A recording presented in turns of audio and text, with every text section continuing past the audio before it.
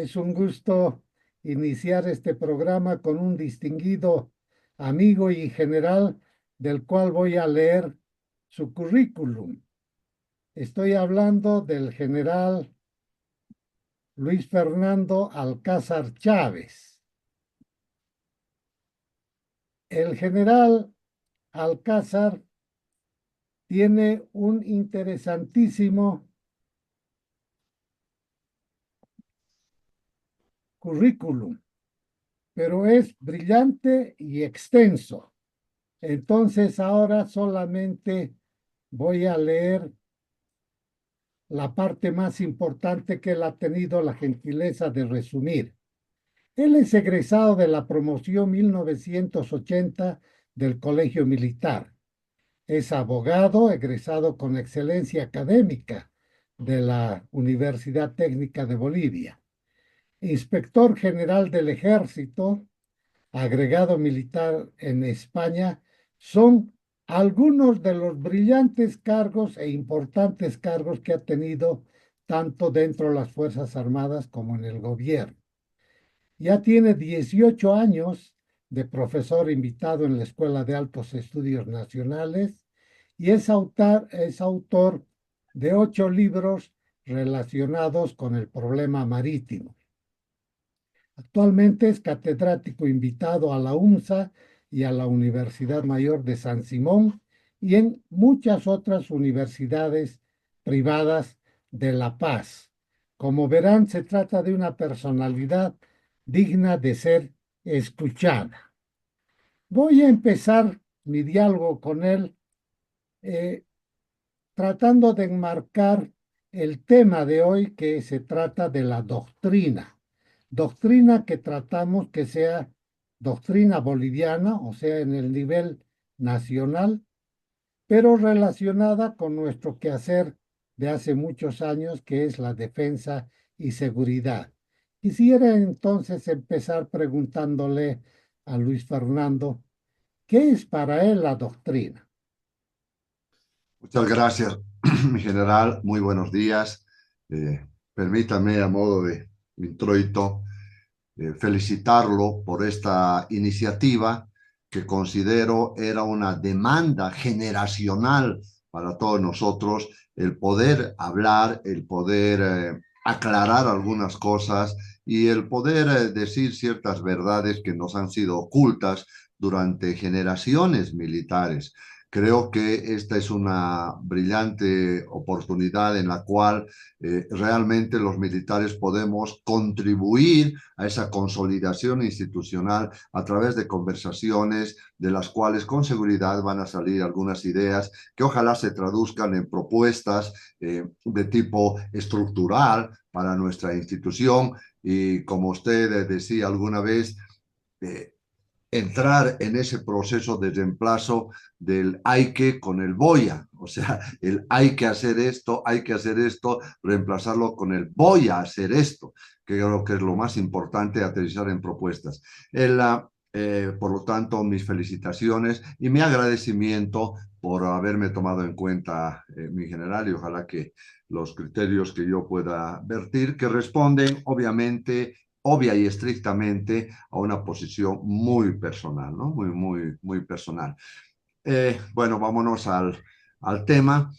Indudablemente, cuando estamos hablando de doctrina, hay una infinidad de definiciones, hay tantas definiciones cuanto ideas existe sobre el tema. Y en ese marco, para mi persona, una doctrina es un conjunto de categorías axiológicas, es decir, fundamentos, principios, valores, axiomas, etcétera, toda esa parafernalia que existe de esas categorías relacionadas con lo axiológico, que orientan, que guían, ¿no? La conducta individual, colectiva y corporativa, ¿no? De un conglomerado sociocultural, un conglomerado estatal o cualquier organización pública o privada. Creo que el concepto de doctrina podría resumirse a aquello, porque todo el mundo actúa en función de una doctrina, de un criterio, de un pensamiento, de unos principios, de unos valores. Muchas gracias. Entonces, vamos a entender la doctrina en esa eh, precisa definición. Yo quisiera hacer una pequeña diferenciación, aportar con lo que es la teoría. La teoría explica la realidad de muchas maneras, pero una teoría es una explicación a priorística, es la tentativa de cómo entender la realidad. Y nosotros mucho nos manejamos con la teoría y no llegamos al nivel de doctrina, que como bien ha señalado y yo quiero significar, es un conjunto de principios, normas, leyes que orientan la acción. Es el aspecto cognitivo previo a pasar a la acción. Y en nuestra nación, en nuestras instituciones, necesitamos esas guías bien estructuradas que partan de un proceso de elaboración que ojalá lo logremos también establecer hoy para que sepamos qué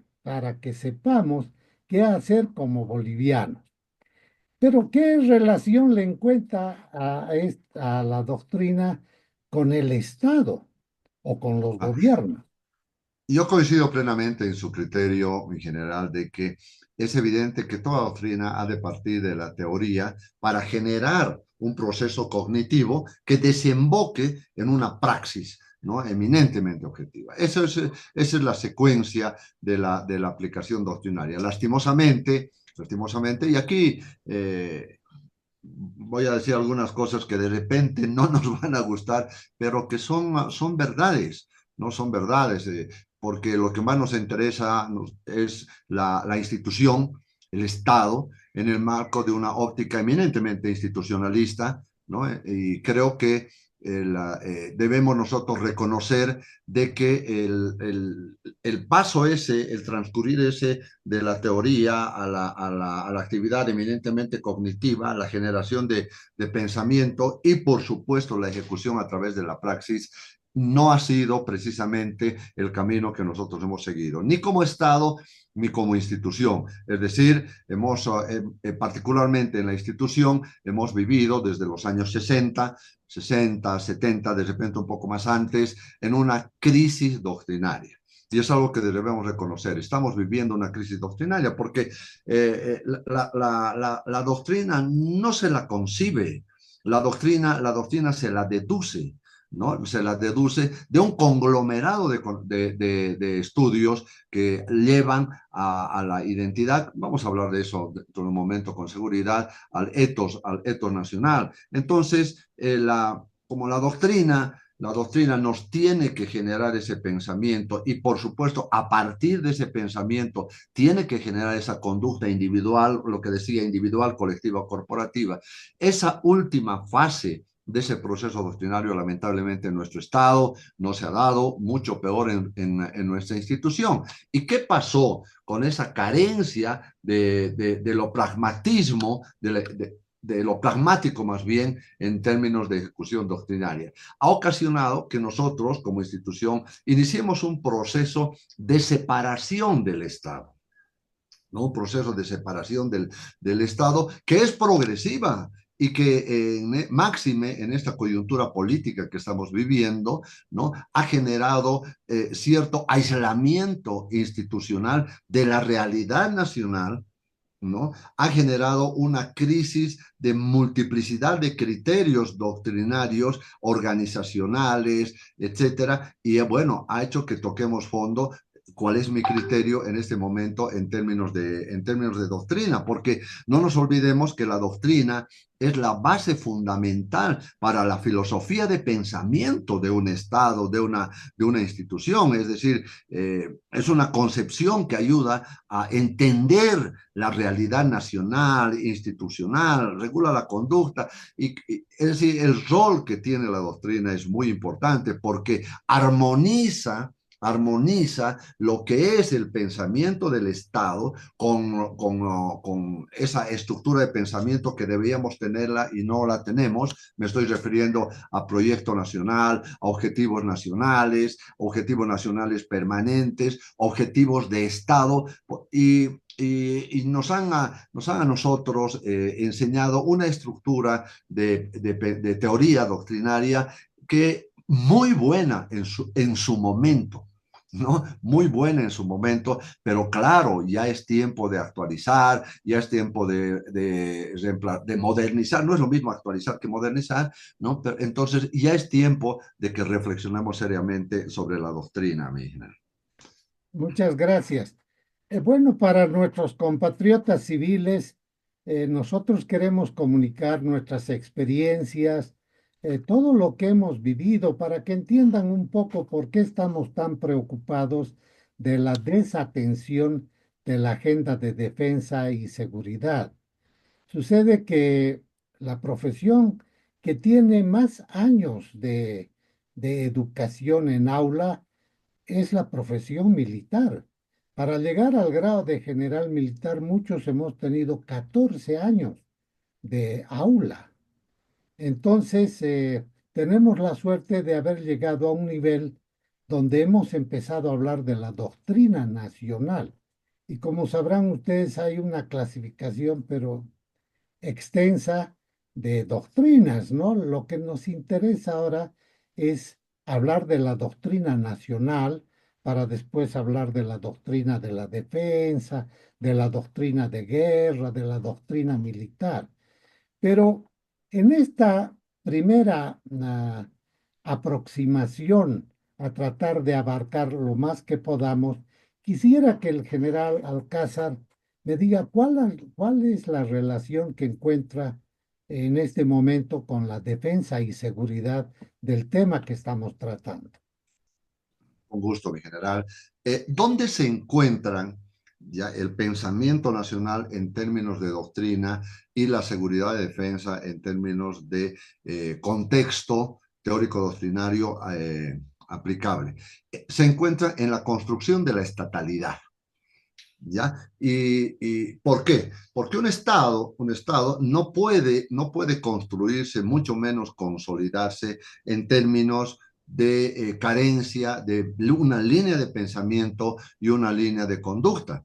Esa línea de pensamiento, esa línea de conducta, naturalmente va a derivar de una realidad nacional y de un conglomerado de áreas de estudio en nuestra época, en esta época, más bien, bueno, que también es nuestra, ¿no? Deberemos realizar estudios geopolíticos, estudios estratégicos en su conjunto, geopolíticos, de inteligencia estratégica, fundamentalmente estudios de prospectiva, pero básicamente de estudios historiológicos. Permítame hacer un leve paréntesis, no es lo mismo la historiografía que la historiología. Hay una diferencia fundamental que es de tipo estructural. La historiografía es aquella repetición o determinación, esa taxonomía de los procesos fácticos históricos en forma cronológica. Tal día ocurrió esto, tal fecha esto, y nada más, carente de análisis estratégico, carente de análisis, de estudios geopolíticos, etcétera. ¿Cuál es la historiología? ¿No? La historiología es el estudio profundo, analítico de lo que ha sido la historia. Entonces, esos elementos contribuyen a la generación de una línea de pensamiento. Entonces, obviamente un Estado en sus funciones, en sus objetivos, ¿no? Tiene el bienestar y la seguridad de un Estado. El bienestar que se lo ejecuta a través de las políticas de desarrollo, tal como nos enseñaron, y naturalmente la seguridad a través de políticas de defensa. Esas líneas básicas que generan, que deberían, ¿no? Que deberían producir políticas públicas destinadas a esos dos elementos, creo que no se realiza en nuestro Estado.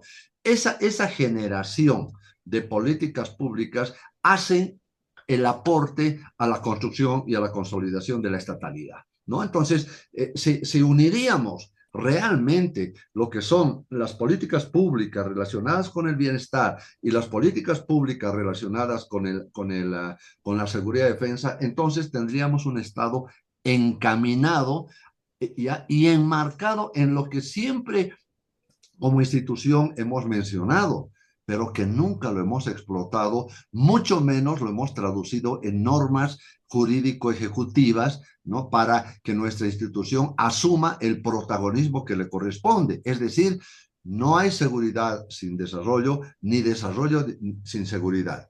Ese hielo, ese hielo existente entre la estructura de pensamiento militar, del poder militar, y la estructura del pensamiento político, ese hielo intermedio hasta ahora nos ha hecho muchísimo daño al Estado en general. ¿Por qué?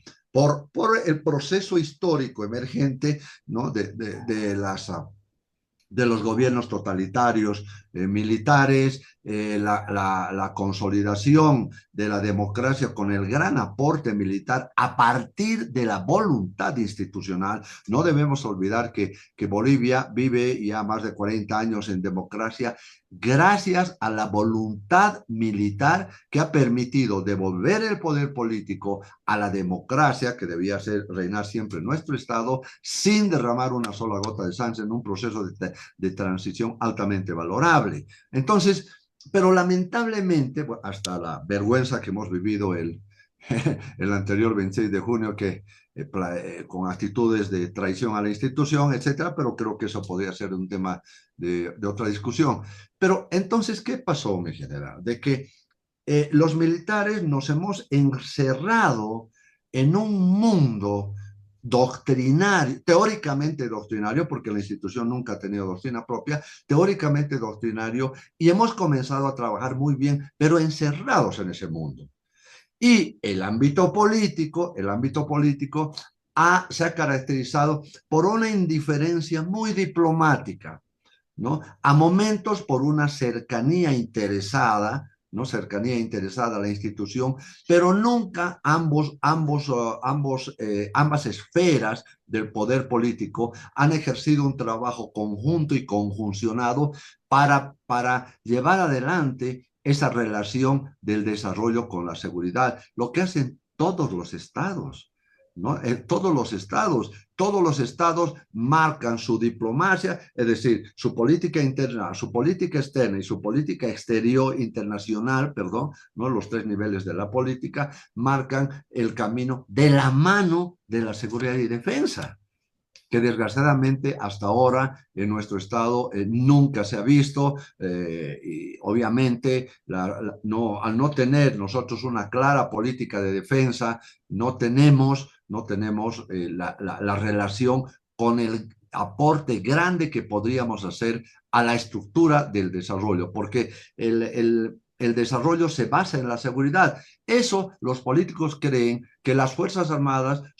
no pueden ser las dueñas del desarrollo, no lo son nunca. Las Fuerzas Armadas no instalan fábricas, no planifican, no deciden las políticas públicas. La relación entre seguridad y desarrollo se expresa en el hecho de que el poder militar establece el escenario que garantice ya un proceso pacífico, seguro, a quienes son responsables del desarrollo.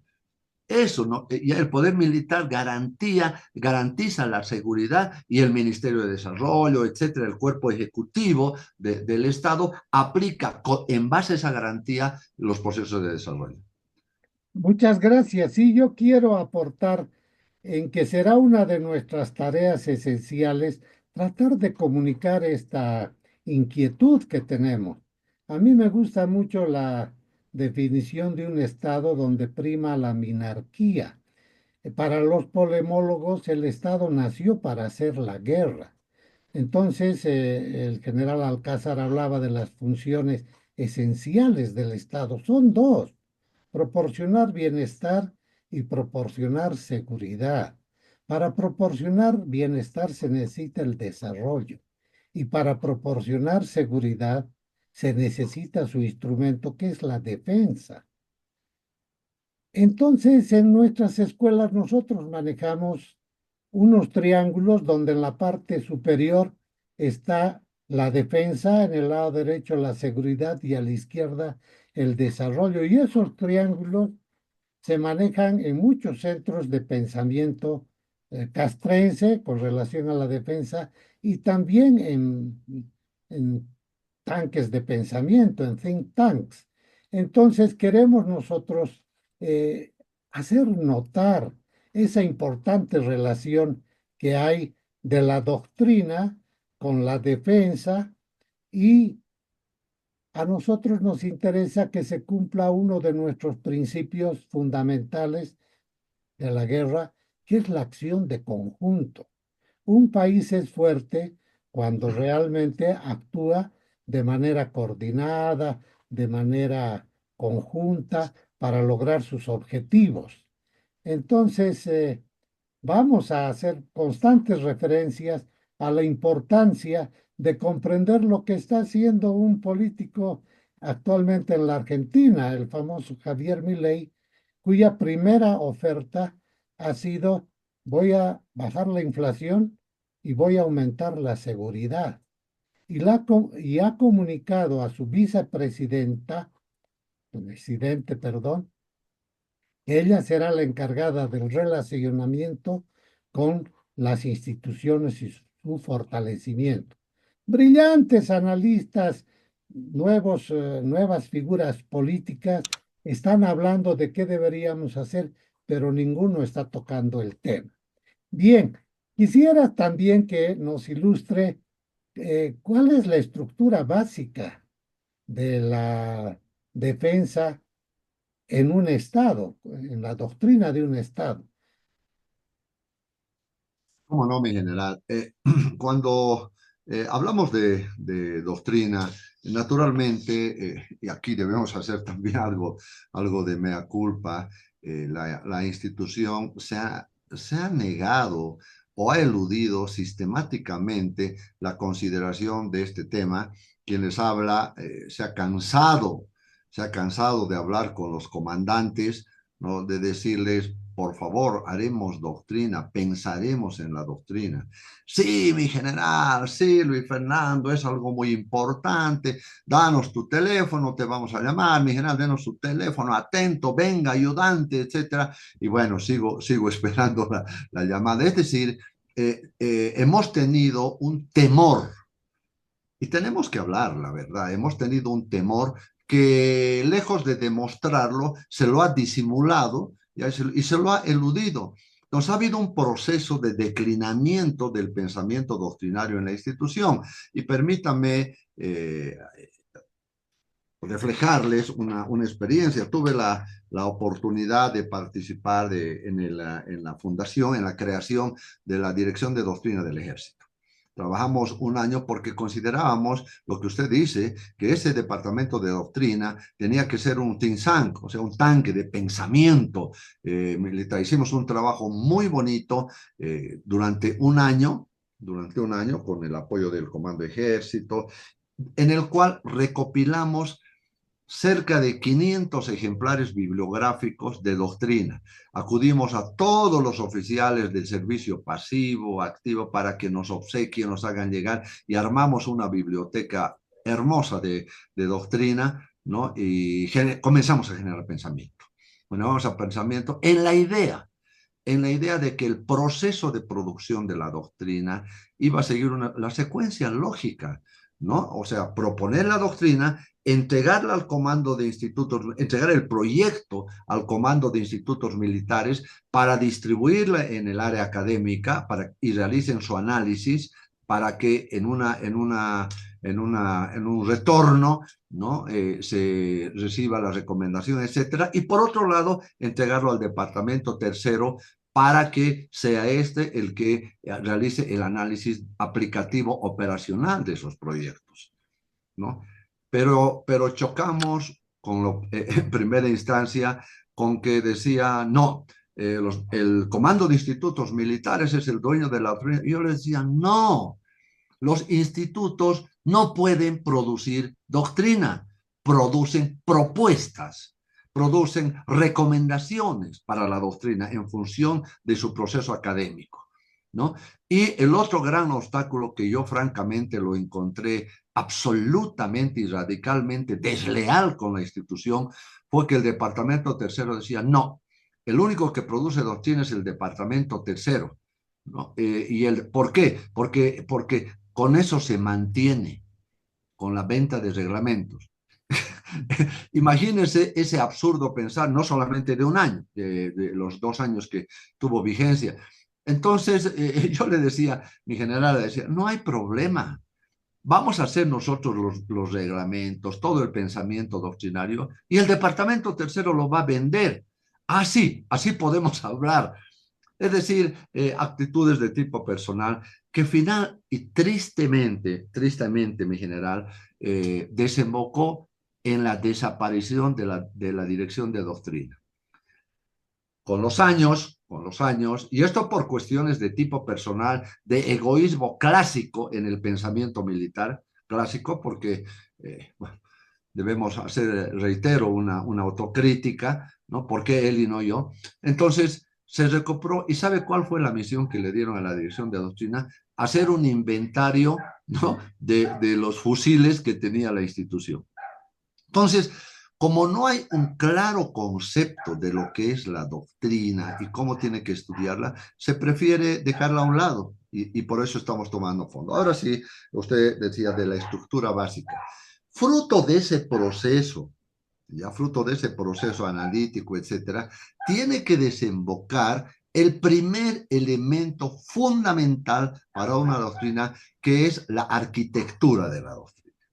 ¿Qué es la arquitectura de la doctrina? La arquitectura de la doctrina no es la doctrina en sí, ojo, mi general.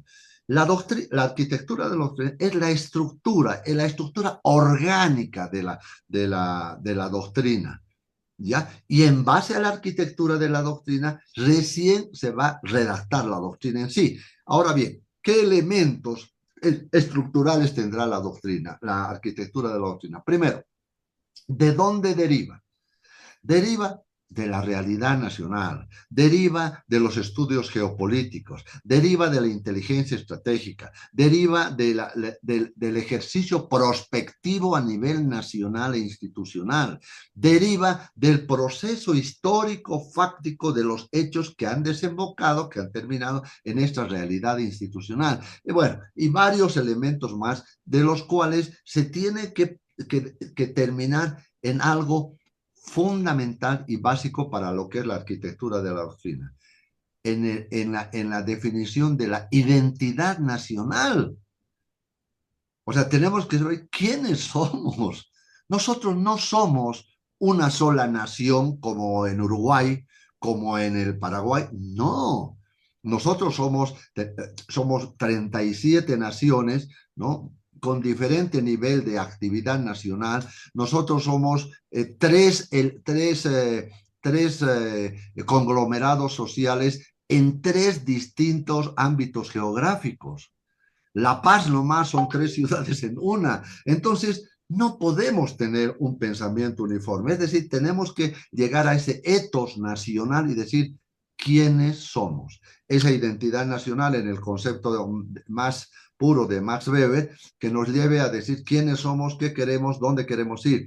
Entonces, cuando tengamos ese primer elemento, decir quiénes somos, qué queremos y dónde queremos llegar, entonces viene ese elemento que es la arquitectura. Y la arquitectura del pensamiento militar derivará en los 3 niveles, ¿no? Del pensamiento de la seguridad y defensa, ¿ya? La doctrina de seguridad y defensa nacional, ¿ya? La doctrina del conflicto a nivel nacional, en el nivel estratégico nacional, y de los dos deriva la doctrina militar, es decir, cómo nos organizamos, cómo nos entrenamos, cómo nos equipamos, y luego viene otro escalonamiento doctrinario jerárquico, por supuesto, que termina en la doctrina táctica, ¿no? La doctrina operacional, interinstitucional, etcétera.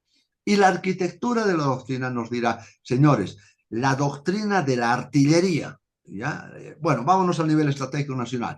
Bolivia deberá defenderse primero, concebir su pensamiento defensivo en base a 3 áreas geográficas: el altiplano, los valles y el trópico, ¿no? Perfecto. Entonces, en esas tres áreas deberá organizar su sistema militar, y ahí baja para llevar adelante el conflicto de la siguiente manera: 1, 2, 3, 4, la doctrina del conflicto. Y de ahí dirá, por lo tanto, los militares deberán organizarse de acuerdo a estas áreas geográficas de la siguiente manera. La artillería en el trópico se utilizará de la siguiente manera, la artillería en el altiplano, etcétera. La artillería en los valles deberá ser así, la caballería deberá, ¿no? La infantería, etcétera, y no desembocar en absurdos ejemplos, experiencias que hemos tenido en la anterior. No, agarraba y se dotaba jerga a la escuela de cóndores, listo, jerga a la escuela de cóndores,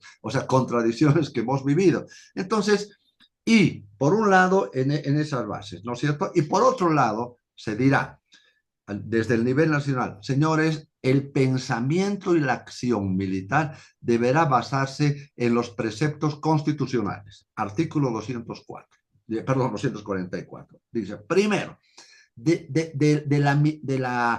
precepto constitucional para las Fuerzas Armadas derivarán las áreas de trabajo. Primero, el área de trabajo estrictamente relacionado con la seguridad, con la defensa, con la garantía de la constitucionalidad y con el apoyo al desarrollo. Esas son las áreas fundamentales. Y de ahí deberían derivar todo el pensamiento y la doctrina militar, porque cometemos el error hasta ahora, mi general, de que hemos creído que hacer doctrina es hacer reglamentos. El reglamento es lo último que sale de un proceso doctrinario. Es decir, queremos comenzar a hacer doctrina comenzando por los pies. No, nuestro Estado no tiene una doctrina nacional, que tenemos que proponerla, tenemos que hacerla. Del nivel nacional irán derivando los pensamientos y ahí se va haciendo el organigrama grande que ya propusimos. Un papelógrafo de unos 6 metros, ¿no? De unos 6 metros que dejamos en el ejército y que misteriosamente desapareció. Recuerdo bien, hicimos imprimir cuando recién aparecieron las gigantografías, ¿no? Y ahí decíamos cómo tiene que ser la infantería, cómo tiene que ser la artillería, etcétera. Esa fue yo creo que es la estructura básica, fundamental de lo que tendría que ser la doctrina. Muchas gracias. Sí, vamos a ingresar a que será el último tema de cómo es el proceso de construcción de la doctrina. Entonces, sobre lo hablado, el interés de nuestros camaradas tiene mucho que ver, pues, con lo que decía Edgar Morán, ¿no? Hay la ilusión del conocimiento y hay la claridad del conocimiento. La ilusión es aquella, no estoy hablando de la ceguera del conocimiento, que es otra cosa. La ilusión es que porque tienen un grado, porque están en el activo o porque tienen un título, ya saben las cosas. Creo que para nosotros será importante hacer participar a nuestros jóvenes camaradas que ojalá nos escuchen, que creemos con tanta experiencia haber llegado a un nivel de claridad del conocimiento. Creo que esa es una de las pocas ventajas de hacerse viejo. Pero qué interesante se está poniendo este tipo de conversatorios porque empiezan a salir la lluvia de ideas, ¿no? El brainstorm. Bueno, ojalá que también se vuelva lluvia de sueños, de qué es lo que quisiéramos que sea más adelante un trabajo de estructuración de la doctrina. Comparto plenamente, por lo dicho, de que hay que empezar a estructurar un proceso que considere los caminos para llegar a tener esa doctrina. Hablaremos seguramente de aquí a un tiempo de algo que se ha producido hace ya bastante tiempo en nuestro país, que es la novedad y que ha fortalecido el aspecto disuasivo de las Fuerzas Armadas. Empezó con el nombre de doctrina de republiquetas y ahora se llama doctrina de patriotas. Y para nuestros compatriotas civiles, esto significa que nuestras Fuerzas Armadas, nuestro país, seguramente no podrá detener la invasión de un país vecino con Fuerzas Armadas superiores. Pero nuestra doctrina dice que si bien ingresan, no deben salir. Es muy interesante este concepto, la estrategia sin tiempo, las guerras que estamos manejando y estudiando, como es la guerra irrestricta, la guerra híbrida, etcétera. Se pondrá muy interesante entonces este tipo de conversatorio. Les hablaba de que el general Alcázar estaba ingresando en la última pregunta que quiero hacer. ¿Cuál es el proceso de construcción de esa arquitectura, la manera de tener una doctrina boliviana? Indudablemente, mi general, el proceso, bueno, ya me había referido antes a ello, tiene que partir de la definición, de la deducción, ¿no? Del proceso deductivo de esos estudios, en saber cuál es el ethos de Bolivia.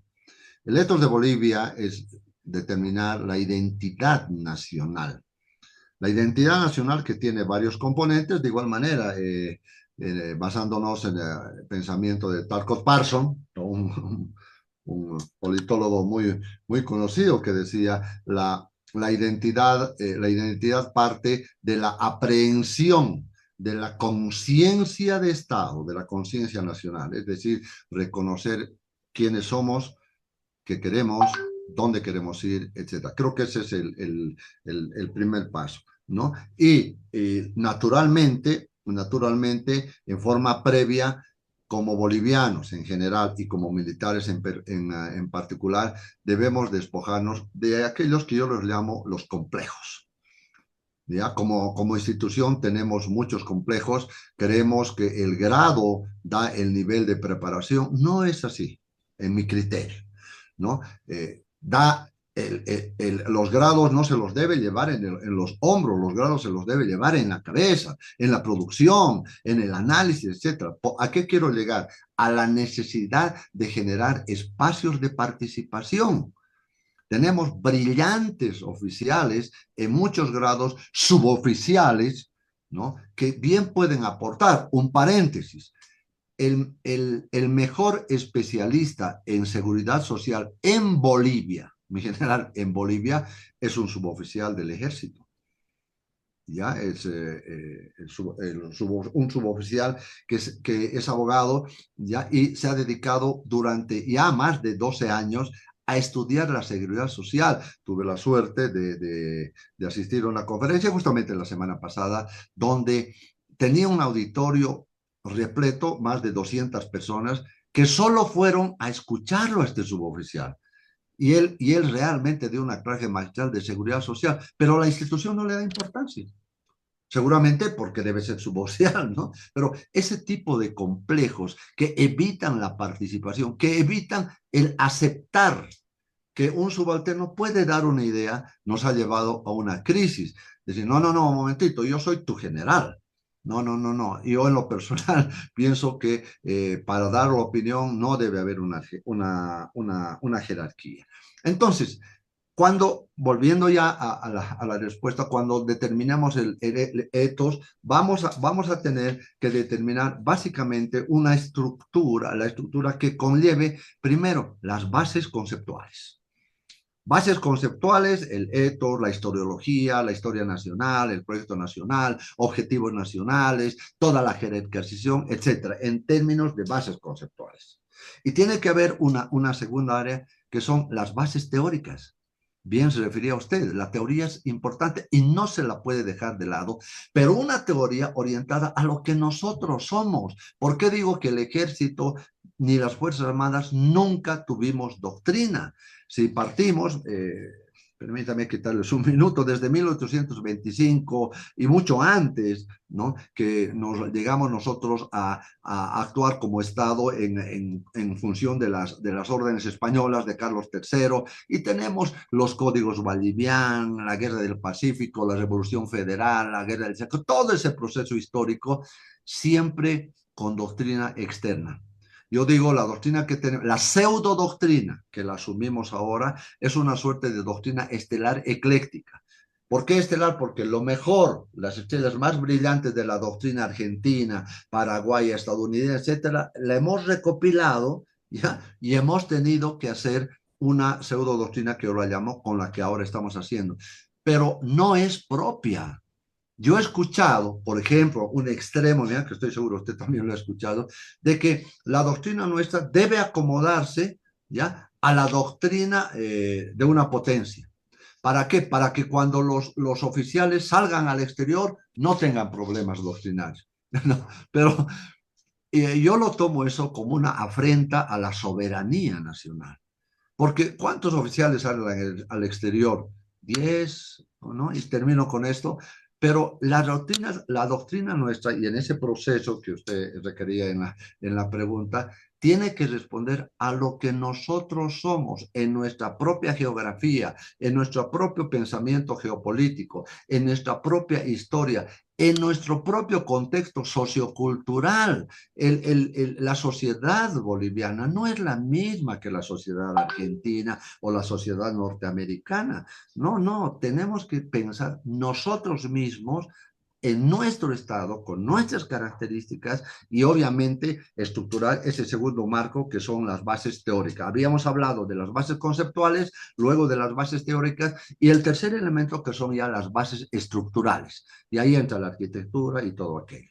Creo que ese sería en una expresión macro, mi general, el proceso para la construcción doctrinaria en nuestro estado. Muchas gracias. Sí, ya sabemos cómo es el proceso y ese extenso papelógrafo que decía que explicaba cómo deberíamos construir. Yo he tenido la suerte de verlo en directo cuando teníamos la suerte de viajar antes que nos hagan la limitación ideológica de las relaciones que teníamos con tantos estados. Yo visité alguna vez el TRIDOC en Estados Unidos, Ajá. donde nos decían cómo se construía la doctrina y empezaba con las lecciones aprendidas, con las Fundamentalmente. experiencias que estaban pasando, porque son los señores de la guerra en todas las campañas que estaban emprendiendo. Luego la comparaban con una retrospectiva para hacer el proyecto de doctrina que era difundido, experimentado, etcétera, para llegar al final, como bien decía usted, a las terminales de la doctrina que son los reglamentos. Ese proceso lo tenemos muy claro. Ahora lo estarán aplicando. Habremos sacado algunas experiencias de lo que ha pasado últimamente en el Chapare, etcétera. ¿Quién lo está haciendo? No sé si el departamento tercero o hay un esbozo de volver a reestructurar el departamento de doctrina. Pero todo tenemos que, usted utilizaba un término, tenemos que aprender, agarrar, ¿no? Aprehensión con H intermedio, decía usted. Bueno, ahora pues con los nuevos neologismos hay que introyectar, hay que internalizar, etcétera. Nos hacen ver que la desuniformidad terminológica no nos permite tener una buena doctrina. Entonces, tenemos que trabajar mucho en este sentido para comunicar nuestras inquietudes de oficiales en la reserva que ojalá fueran eh, escuchadas por nuestros jóvenes camaradas. Pero me parece muy interesante que el general Alcázar esté ingresando a un tema que va a ser un debate que vamos a tener seguramente de aquí a un tiempo. Nos estamos acercando raudamente a los 40 minutos, pero no quiero dejar de referirme a la última pregunta. Yo voy a dar mi impresión previa. Yo creo que sí tenemos doctrina boliviana, tenemos doctrina propia, porque creo que no hay doctrina pura en ningún país.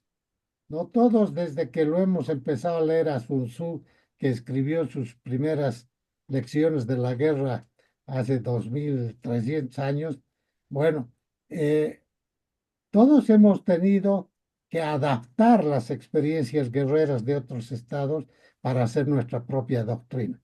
Pero, ¿qué opina el general Alcázar? ¿Hay una doctrina nacional? ¿Hay una doctrina boliviana? No solamente en el aspecto de la defensa. Sí, sí, sí, sí. Mi general, yo creo que no tenemos doctrina, mucho menos una doctrina propia militar. Y quiero hacer énfasis en eso, una doctrina propia, que haya emergido del pensamiento de los bolivianos, indudablemente basados en las experiencias que hemos tenido, ¿no? Mire, hay una serie de falencias que yo las conjunciono en el tema de la crisis doctrinaria. Yo digo que tenemos una crisis doctrinaria. Primero, no tenemos el cuerpo jurídico mínimo para la defensa. No tenemos una ley de seguridad y defensa, una ley de inteligencia, no tenemos organismos de estudios estratégicos.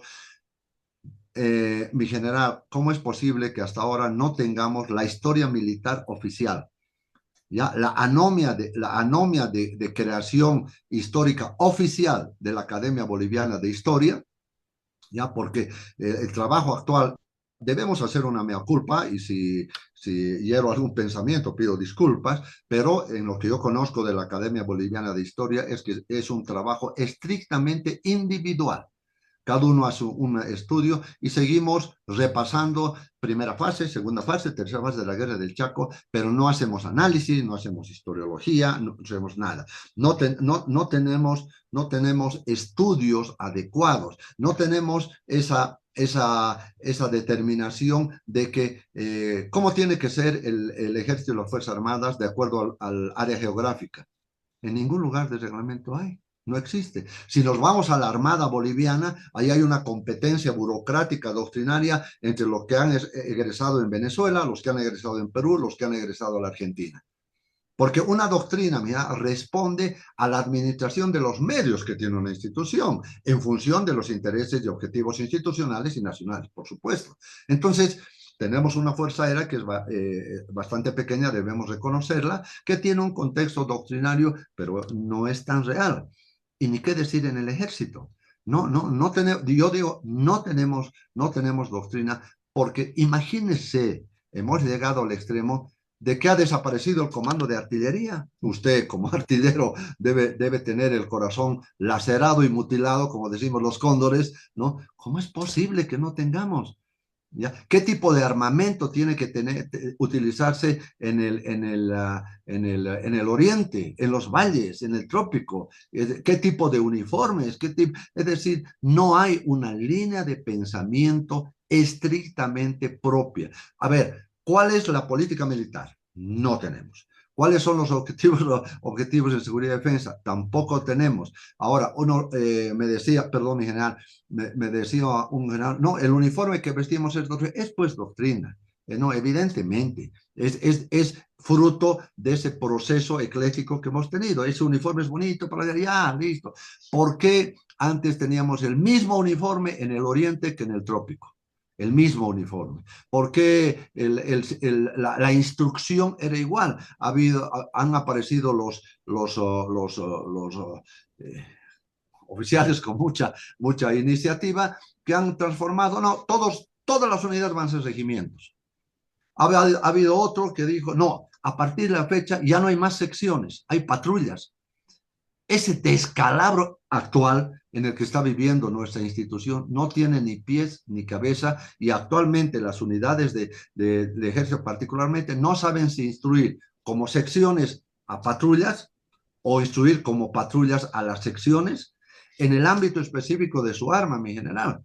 Pregunte a cualquier oficial de artillería, esa organización de patrullas en regimientos de artillería. O sea, son aberraciones doctrinarias que en su conjunto, si hacemos un análisis conciencial, nos lleva a que desgraciadamente no tenemos la doctrina, no tenemos doctrina propia. Y Muchas naturalmente gracias. podemos debatir aquello. Muchas gracias.